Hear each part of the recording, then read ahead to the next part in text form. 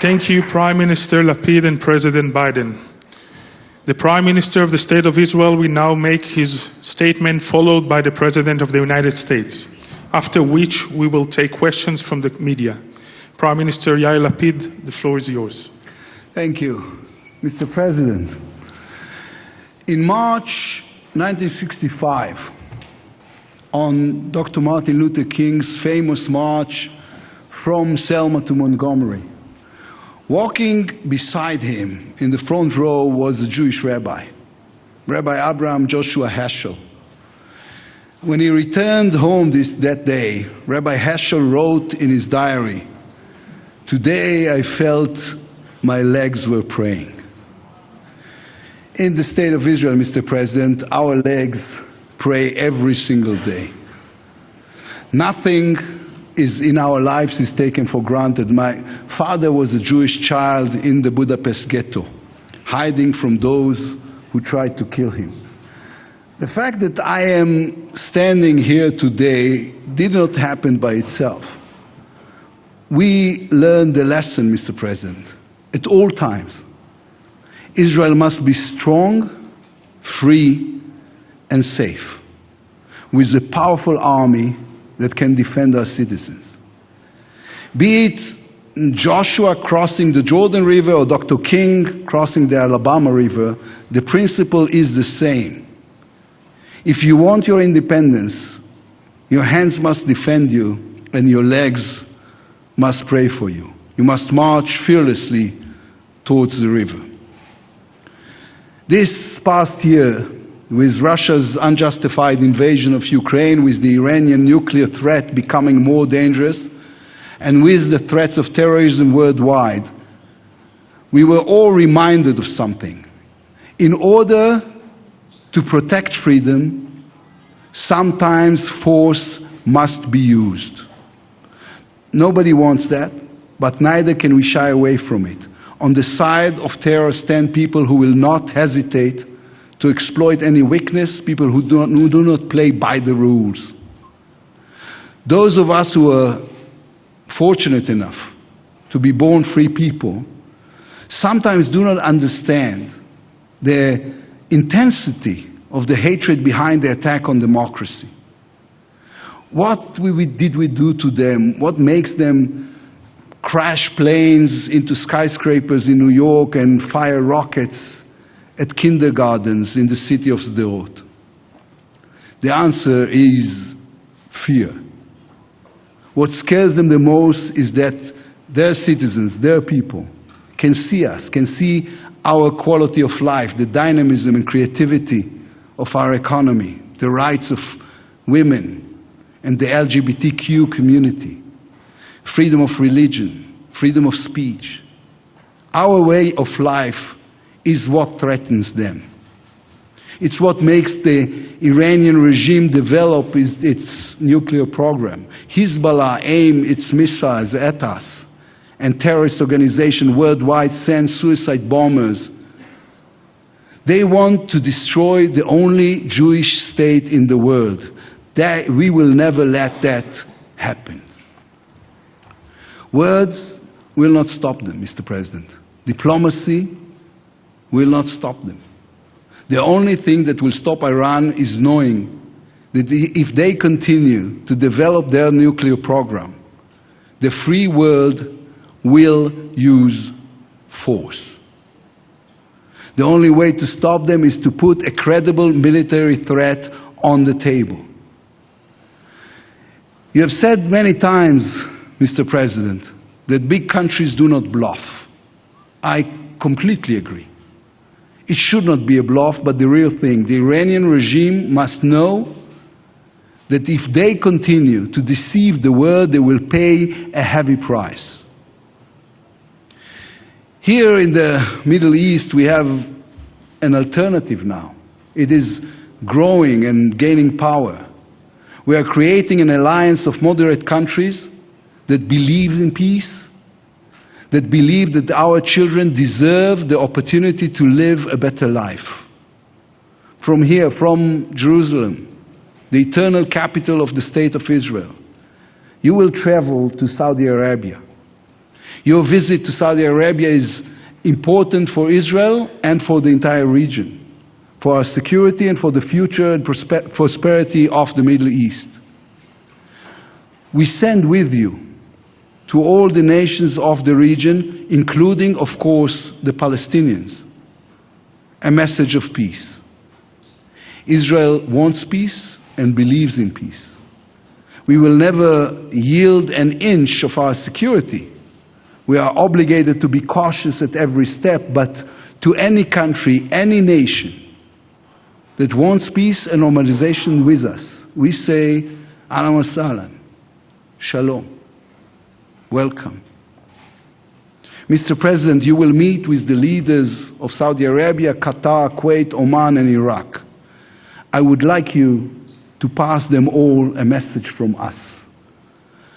Our hand is outstretched for peace. We are ready to share our technology and experience, ready for our people to meet and learn about one another, ready for our scientists to collaborate and our businesses to cooperate. The book of Psalms says all of this in one verse.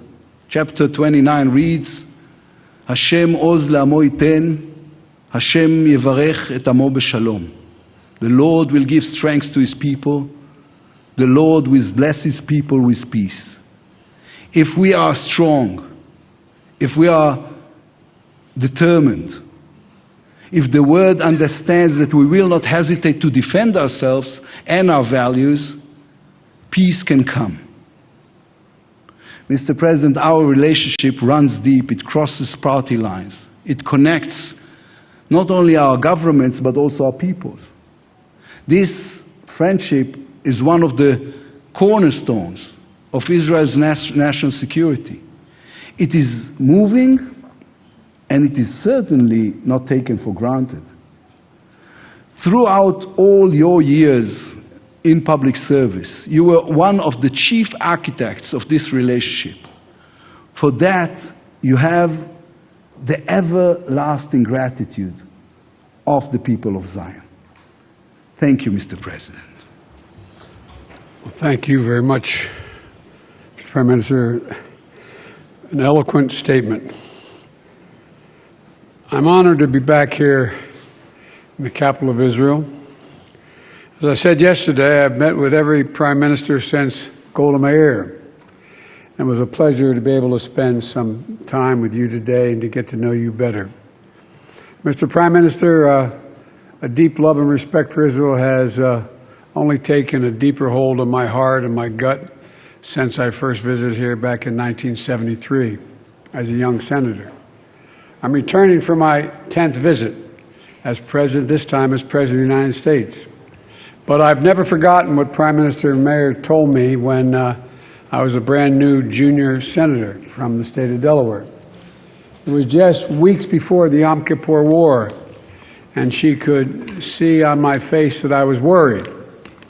As we stood before the press, taking questions and pictures, she looked at me, and without press hearing, she said, "Don't look so worried, Senator. Israel has a secret weapon." And I looked at her as I turned my head, and she was going to tell me. I just looked at her. She said, "We have nowhere else to go." I'll never forget what she told me. That was nearly 50 years ago. 50 years ago, the threats then were real, and the threats to Israel remain real today. The scourge of anti-Semitism still marches around the world. We must never forget the horrors which an unchecked hatred can lead. And that's why I immediately, when I returned, I wanted to visit Yad Vashem. When I landed yesterday, to bear witness, to remember, to renew our vow of never, never again. At the same time, the Israel of today is not the Israel of 50 years ago. You've cultivated new resources, capabilities, new relationships, including a growing integration with neighbors in the region. You have new tools that keep Israel strong and secure. You have an ironclad commitment from the United States of America to Israel's security, an ironclad commitment. We'll make sure that Israel can defend itself by itself. When I was vice president under President Obama, we passed a record-setting agreement for Israel's security, $38 billion over a 10-year period. And I was proud that last year we also provided an additional $1 billion to replenish Israel's Iron Dome supplies, making 2022 the largest single year of military assistance that Israel has ever received. Yesterday, I viewed some of Israel's Iron Dome technology, as well as a very promising new Iron Beam technology, a laser-enabled missile defense system. These technologies and advancements are critical. They're critical because every rocket that is intercepted is a potential life, perhaps more, that has been saved. And as we move forward together, partners in both security and in innovation, the United States and Israel defense sectors will cooperate in new high-energy laser weapon systems that can defend Israeli lives as well as lives of American service members. Israel and the United States also stand together to defend fundamental values and underwrite global security, prosperity, and freedom, not just for us, but for many around the world. And Putin's assault on Ukraine is a challenge to the peace and stability everywhere in the world. Putin's war must be a strategic failure, and the free world must sustain our resolve to help Ukraine defend its democracy. The United States will continue to support Ukraine and the Ukrainian people who have been devastated and displaced by the Russian violence. Today, you and I also discussed America's commitment to ensuring Iran never obtains a nuclear weapon. This is a vital security interest to both Israel and the United States, and I would add, for the rest of the world as well. I continue to believe that diplomacy is the best way to achieve this outcome, and will continue to work with Israel to counter other threats from Iran throughout the region, including support for terrorism, ballistic missile program that continues, and the proliferation of weapons to terrorists and proxies like Hezbollah.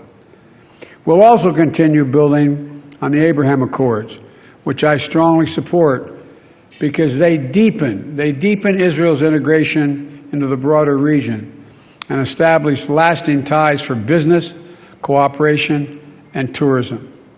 We've just completed the first Leaders Summit among Israel, India, the United States, and the United Arab Emirates to deepen the economic ties between the Middle East and the Indo-Pacific, to create new partnerships, to tackle global challenges like food insecurity and clean energy technology.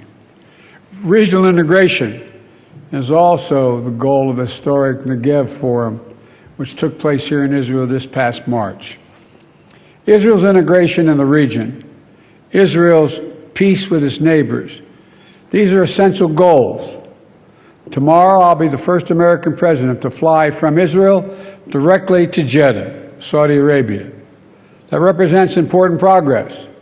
And when I see the Saudi leadership tomorrow, I'll be carrying a direct message of peace and extraordinary opportunities that a more stable and integrated region could bring to the region and, quite frankly, the whole world.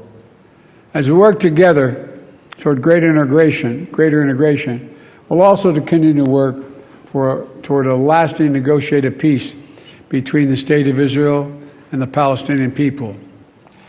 Israel must remain an independent, democratic Jewish state, the ultimate guarantee and guarantor of security of the Jewish people, not only in Israel, but the entire world. I believe that to my core.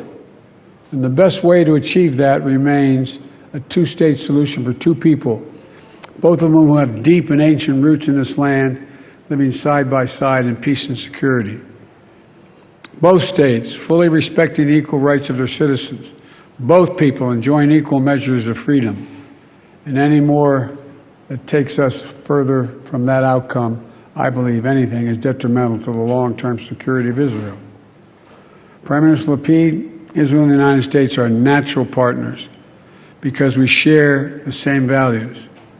Our people share the same innovative spirit, the same determination to preserve and persevere through every single challenge.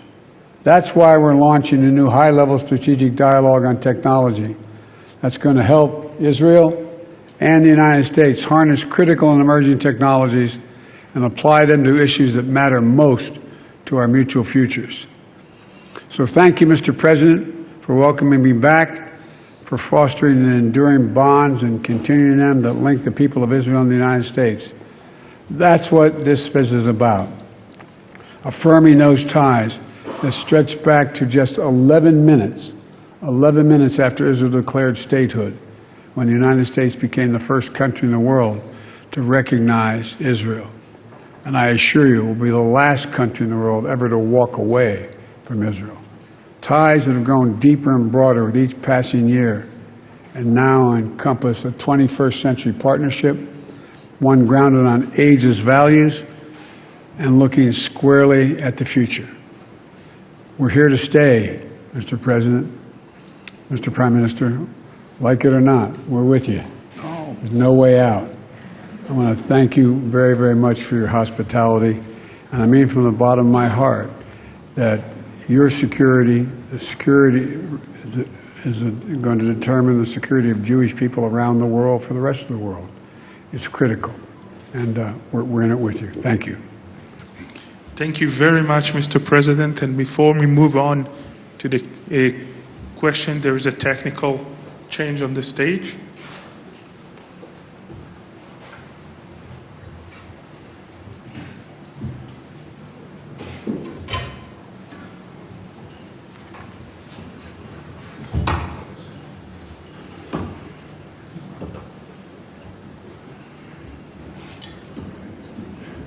These guys work awful hard. Yes, we're just standing here. Thank you very much. We will now be taking questions from the press. The first one to ask a question is Ms. Gilly Cohen from Channel 11, Israeli television.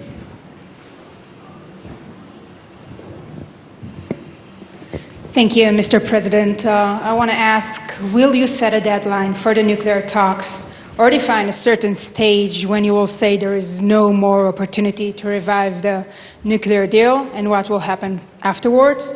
And another question, sir. You'll visit tomorrow East Jerusalem, and you won't be accompanied by an Israeli official. Does this represent a change in your administration's view regarding the recognition of Jerusalem as the capital of Israel, and if East Jerusalem is part of it? Thank you.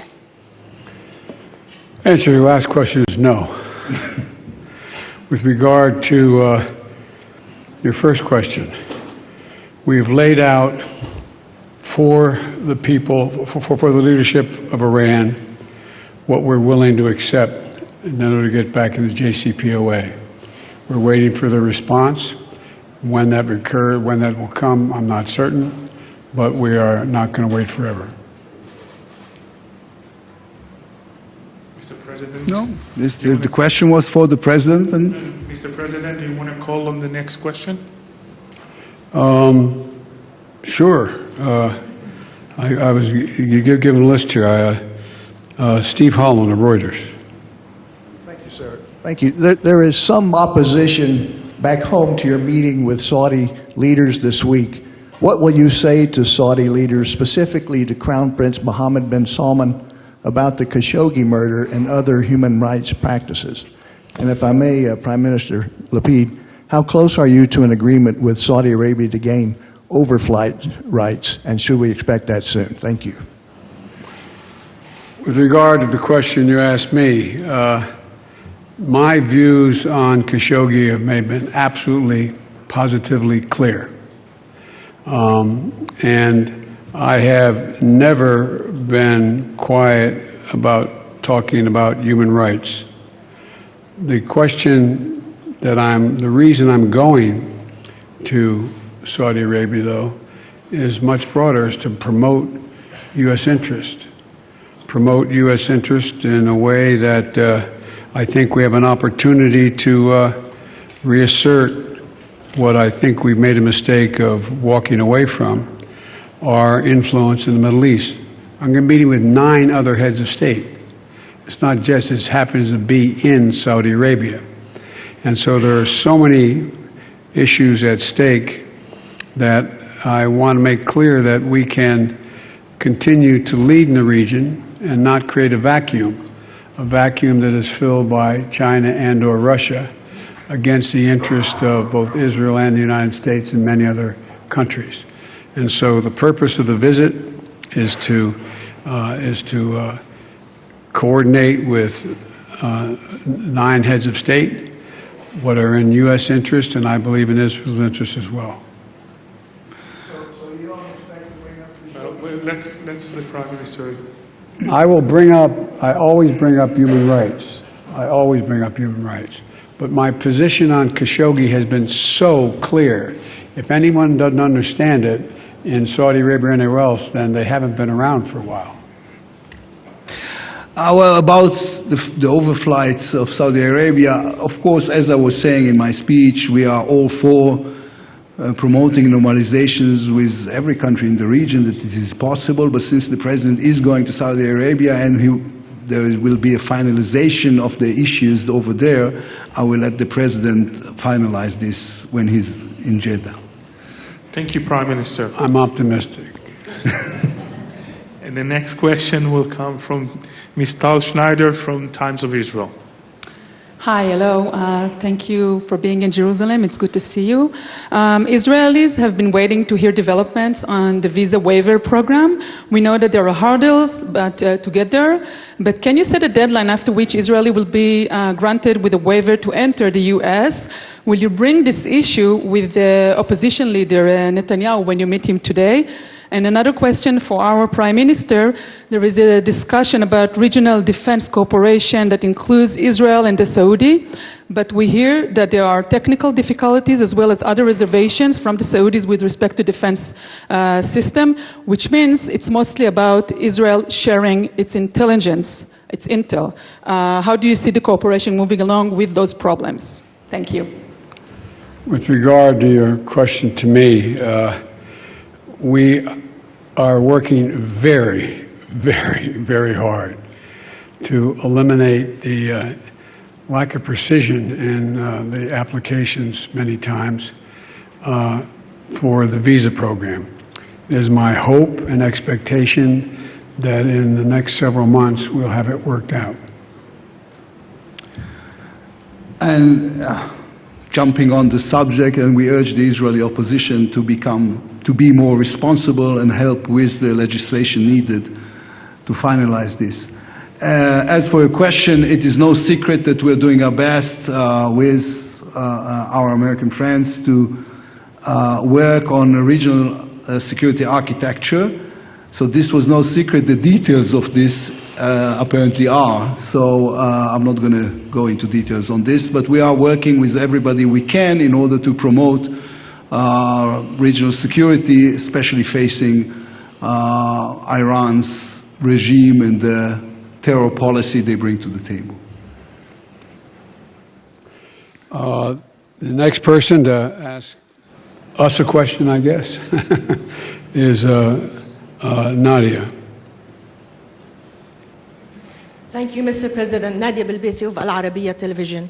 Allow me to press you a little bit on Iran, if I may. You visited No, I'm not going to allow that. I did it today, so. You are visiting the Middle East here in Israel, and then you're going to Saudi Arabia where you're meeting with King Salman and other GCC leaders. You know in advance, before you come here, their position, their concern, their fear about Iran nuclear program and Iran's support for proxies in the region. Tangibly, what are you offering them to assuage their fear and concern? Practically, is there anything that you're offering them to make them feel comfortable that the United States are on the same page with them? And if I may, Mr. Prime Minister, what are the differences and the similarities between you and President Biden regarding Iran? Do you see eye to eye on all the issues? You alluded to some differences just now. And if I may, I wanted you to confirm to us today your position in supporting the two-state solution as a caretaker prime minister, and if should you be elected as the next prime minister of Israel? Thank you so much. With regard to Iran and convincing the Saudis and others that we mean what we say, is we mean what we say. They have an opportunity to accept this agreement's been laid down. If they don't, we made it absolutely clear. We will not, let me say it again, we will not allow Iran to acquire a nuclear weapon. Well, with regards to a question about Iran, we have an open discussion about what is the best way to deal with it, but I don't think there's a light between us in terms of these are all means to an end. We cannot allow Iran to become nuclear. Israel serves the right to act freely on the subject, but we are, of course, discussing everything with our greatest ally, which is the United States. About the two-state solution, I haven't changed my position. A two-state solution is a guarantee for a strong democratic state of Israel with a Jewish majority. Thank you very much. This concludes the signing ceremony and the press conference. Please remain seated until the leaders have left the room. Thank you all so much. No, this concludes sorry. Architect of the report observed the Belgian strike.